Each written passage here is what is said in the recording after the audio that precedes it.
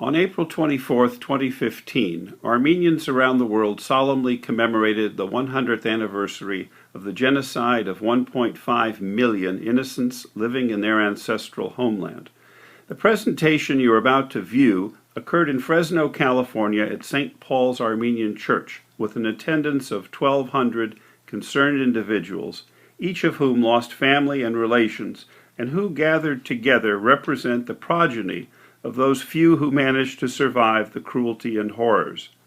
The larger story is also captured in this book, which goes beyond the genocide to tell the story of who the Armenians really were, how they were instrumental in the development of Western Europe, and how Europe and the West turned away at the critical time of massacre and total destruction, and why they turned away. But don't despair, because this book tells the story of how Armenia's past saves the future of the world.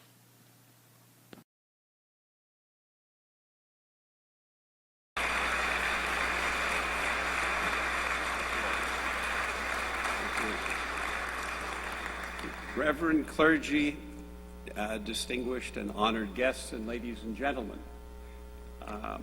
In April 1915, a small group of children set out from an orphanage in Oakland, California, to visit the Pan-Pacific Exhibition in San Francisco. The event celebrated the opening of the Panama Canal and a bright future of opportunity for the United States. For one 5-year-old boy, it also afforded the chance to glimpse his mother, whom he knew to be working at the fair selling souvenirs at that time. While that time was filled with excitement and hope, something far more sinister and horrifying was unfolding on the other side of the world in a place called Turkey, and to a people the little boy named William Saroyan would soon come to represent in his new hometown of Fresno, a people called the Armenians. My name is Bruce Janigian, and like William Saroyan, I am enormously proud to be from this race or tribe, as he sometimes referred to us. I still have my black armband from marching in San Francisco on the way to Grace Cathedral for the 50th commemoration of the genocide, and an armband that says 75th anniversary that I wore speaking and introducing Governor George Deukmejian on the Capitol steps in Sacramento. In the 15 minutes allotted to me this evening, I promise not to recapitulate the dreadful events that began on April 24th, 1915, with the murder of Armenian intellectuals in Constantinople, today's Istanbul. Nor am I going to recapitulate the 11,600-year-old history of our ancient race, one that goes back into the mists of Neolithic prehistory. Yes, you heard that figure correctly. We have monuments 7,000 years older than the Great Pyramids of Giza. Let me just say that the achievements of ancient Armenia show it to very possibly be the earliest and most advanced civilization on the planet. You know, Lord Byron learned the Armenian language well enough to write books in it. He said he was convinced that God speaks to the world in the Armenian language. He was also of the opinion that the biblical narrative of a particular chosen people was actually not the correct one. Lord Byron felt the Armenians were the people chosen by God, and that the story of Abraham should have been replaced with the story of Noah and his grandson Haik, whose lineage was provided to afford the world an opportunity for redemption. That is us, by the way, since Haik is the founder of our tribe. Mount Ararat is central to who we are as a people, and perhaps even why we are on this earth. Mount Ararat must be, and one day shall be, returned to Armenia. I'm delighted that Jeffrey Robertson and others are calling for this at a bare minimum. The real history of the Armenians has yet to be told. Indeed, I have labeled this talk this evening, "The Greatest Story Never Told." The future of the Armenian people has yet to be written, despite the ongoing efforts of those who would be rid of the very last one of us. Yes, even we here gathered together this evening. The president of Azerbaijan has publicly stated that all diasporan Armenians are the enemy of his country, to be dealt with accordingly. It is not surprising that his foreign minister has labeled my wife and I as persona non grata, a label we wear most proudly for being election monitors in the very democratic, independent Republic of Nagorno-Karabakh. And before I continue, let me just say that recognition of the genocide of the Armenians should be accompanied by condemnation of the ongoing illegal blockade of Armenia by Turkey and by full diplomatic recognition of the brave new nation of Artsakh, a nation that had to fight to be free of the tyranny of Turkic rule and whose people still live in fear every day of cowardly sniper bullets and worse.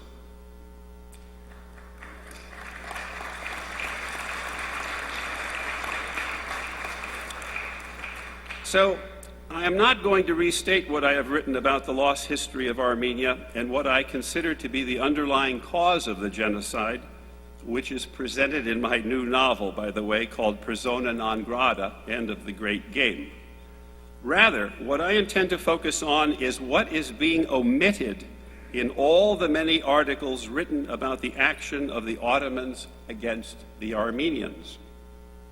Because, as bad as the Ottomans were, and Sultan Abdul Hamid was an absolute monster, it is not the Ottomans who perpetrated the most horrible deed of all.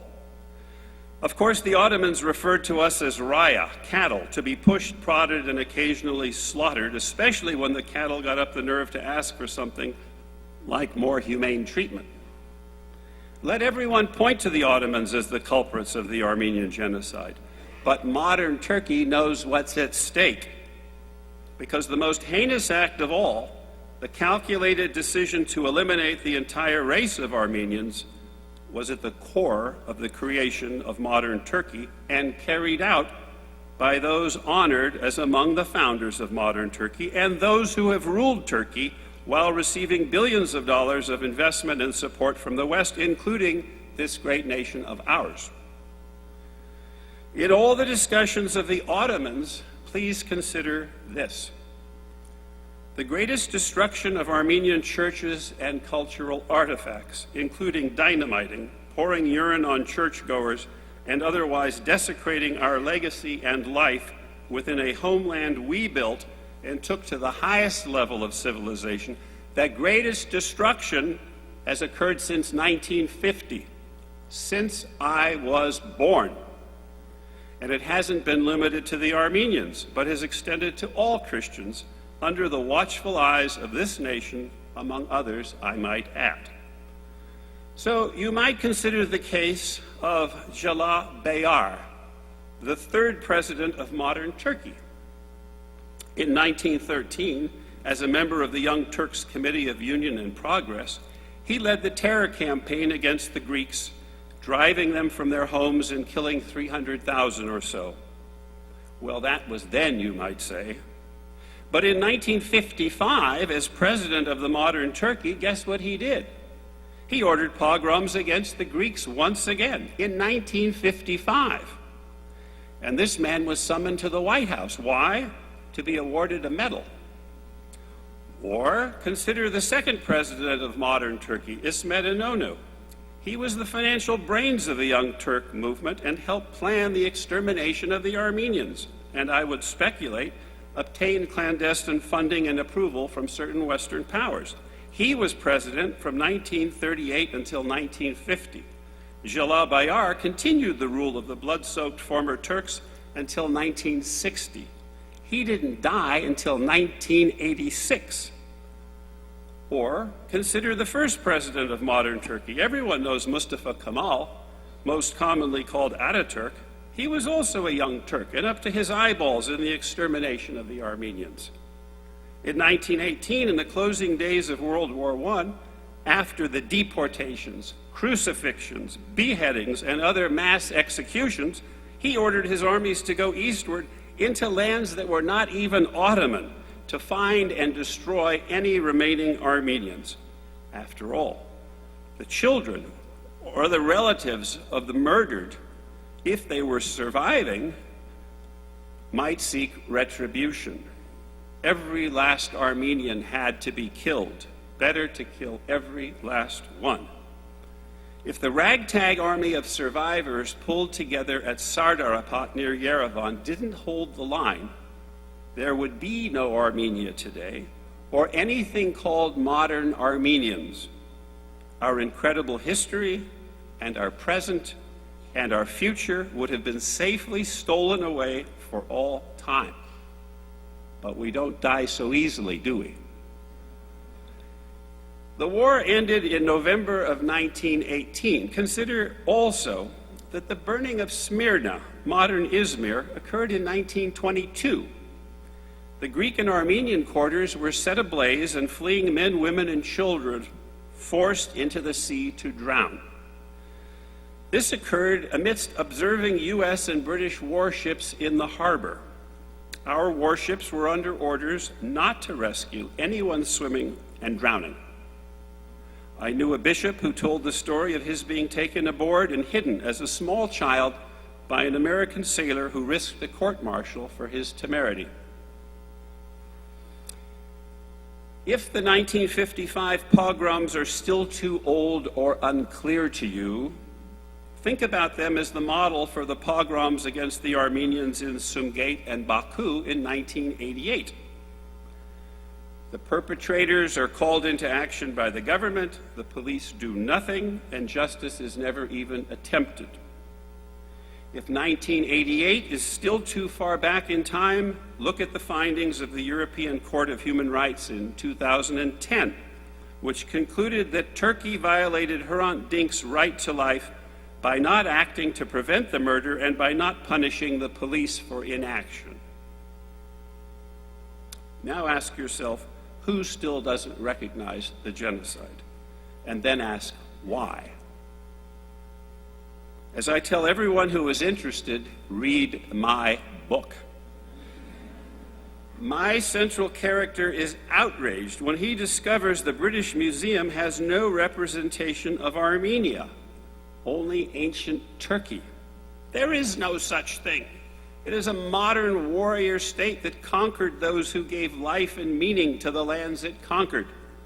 And it subjected to the Armenians to a cruelty that was as despicable as it was fully known in the West. Please consider that Western Europe would not have emerged without the Armenians. Yet it was Western Europe that left the Armenians to their cruel fate.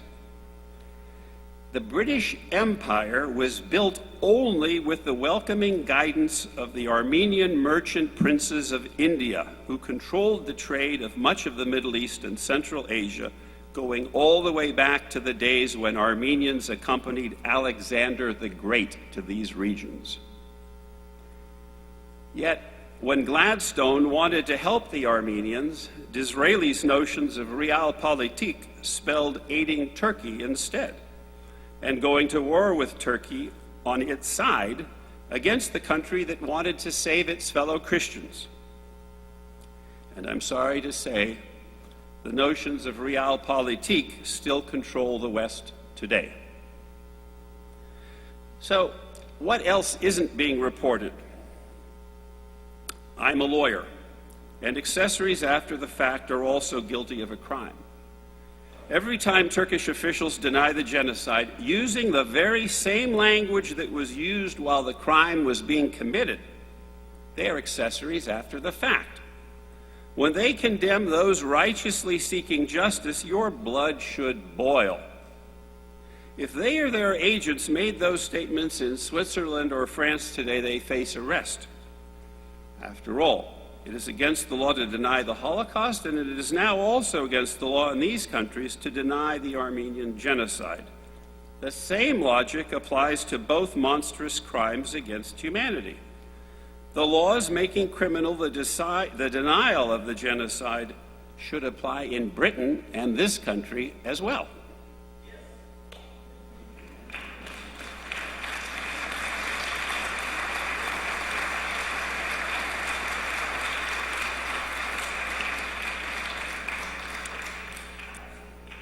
So what is the price of denial, cover-up, and failure to provide justice? We all know that Hitler felt emboldened enough by the lack of justice for the Armenians to launch his Holocaust, and maybe all the other genocidal carnage that followed and still continues. When I shared with my son graphic photos of the cold-blooded murders of Christian families in the Middle East today, I apologized to him, saying that my generation let him down. We should never again have to see images that look like what our grandparents or great-grandparents witnessed.